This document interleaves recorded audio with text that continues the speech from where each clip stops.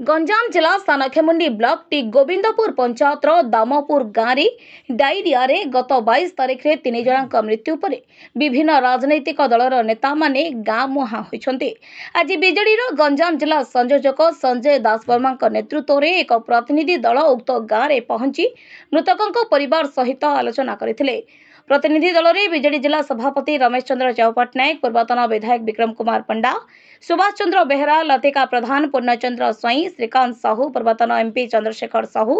Brahmapur mayor Sanghamitra दले समेत BJD नेतृमंडली गाँव में पहुंची डायरिया को नियंत्रण करिबारे विफल होइतिबा, डाक्तर अभाव, स्वास्थ्य सेवार विपर्यस्त आदि समस्या देखा दैथिबा सूचना दैछन्ती प्रतिनिधि मंडली। बीजेडी वरिष्ठ नेता संजय दासवर्मा नेतृत्व में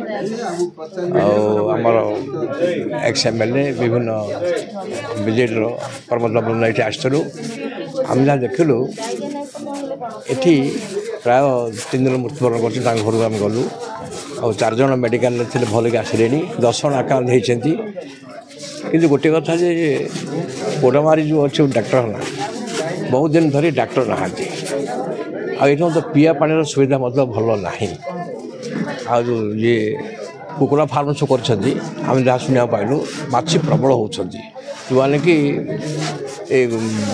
ये झाड़ा बांति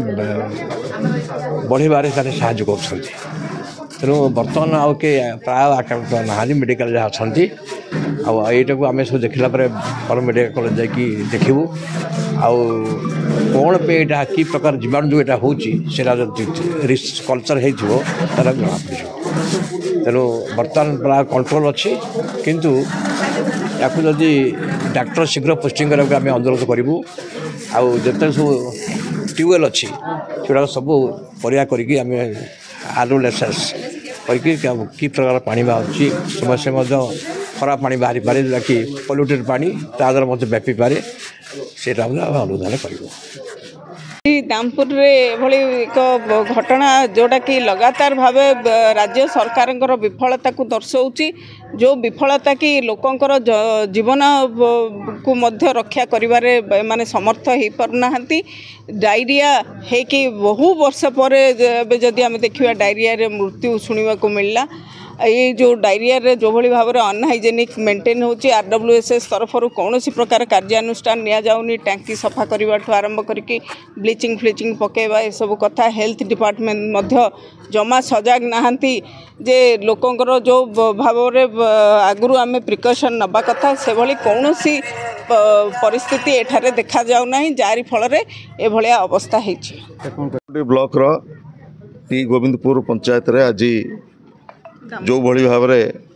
घटना घटी से संपर्क में खबर पाइला परे दामपुर गाँव को ओडिशार पूर्वतन मुख्यमंत्री विरोधी दल नेता श्रीयुत नवीन पट्टनायक आमको निर्देश देइछन्ति जाइकरी स्पॉट रे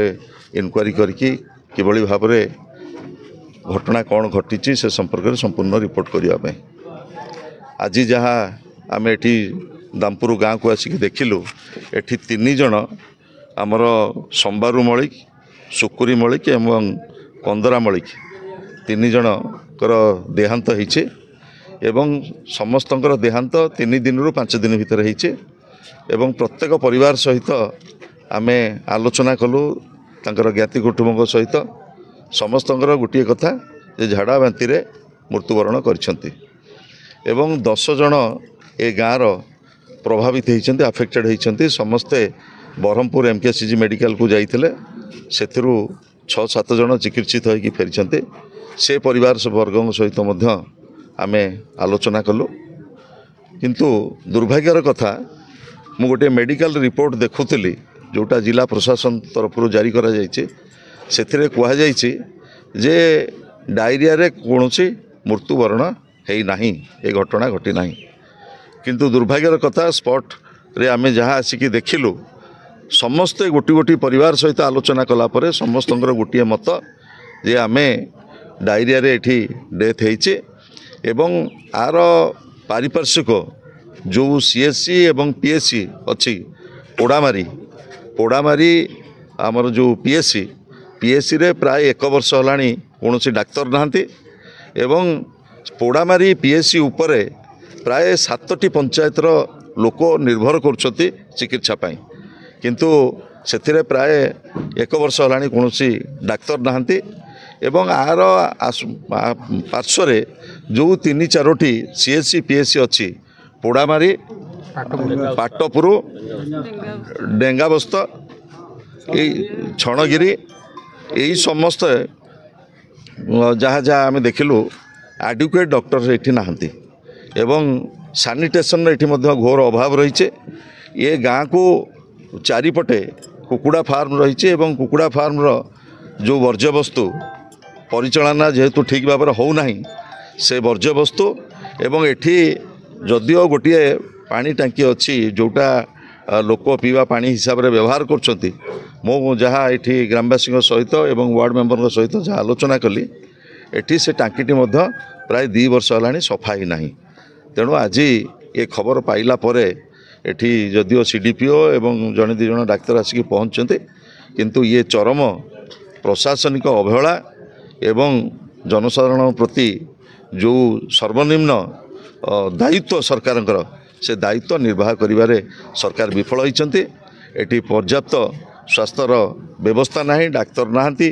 କୌଣସି CSC PSC ରେ ଏବଂ ଏଠି କ୍ୱାକ୍ ଜରିଆରେ ଏଠି ଚିକିତ୍ସିତ ହେଉଛନ୍ତି ଯାହାଫଳରେ 3 ଜଣଙ୍କର ମୂଲ୍ୟବାନ କେବଳ ଜୀବନ ଚାଲିଯାଇନି 10 ଜଣ ଲୋକ ଏଥିରେ ପ୍ରଭାବିତ ହୋଇଛନ୍ତି। ଇଏ ସମ୍ପୂର୍ଣ୍ଣ ଗୋଟିଏ ଆଦିବାସୀ ଗାଁ ଏବଂ ଏ ଗାଁର ଯେଉଁ ଚତୁଃପାର୍ଶ୍ୱରେ କୁକୁଡ଼ା ଫାର୍ମ ଯୋଗୁଁ ଆଜି ଏଭଳି ଏକ ପରିସ୍ଥିତି ସୃଷ୍ଟି ହୋଇଛି ଏବଂ जिला प्रशासन जो प्रकार CDMO गोटे रिपोर्ट जारी करछंती मोर तांको निवेदन रहिबो जे जनसाधारण स्वार्थ सहित जनसाधारण सेवा एवं स्वास्थ्य भितरे कौनसी प्रकार प्रतिबंधक सृष्टि न करी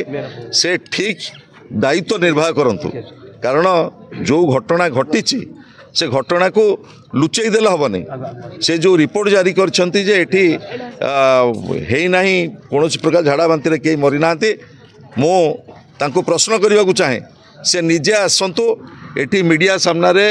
एठी जनसाधारण जो रिपोर्ट देले ए गाँव जो परिवार सबू के तांकर परिवार चली जाइछंती मुरबी सब चली जाइछंती छोट छोट पिला माने मध्य प्रभावित होइछंती मो जाने ना ये घटना घटिला परे CDMO ए गाँव को आछंती ना नाही ए अंचल को आछंती ना नाही किंतु मोर जिला प्रशासन जिलापाल महोदय को दाबी रहिबो तुरंत पोड़ामारी CSC रे जोठी कोनोसी डाक्तर नाहांती तुरंत सेठी डाक्तर दियंतु कारण एठी पोड़ामारी CSC उपरे 7टी पंचायत निर्भर करुछि किभली भाव में एभली एक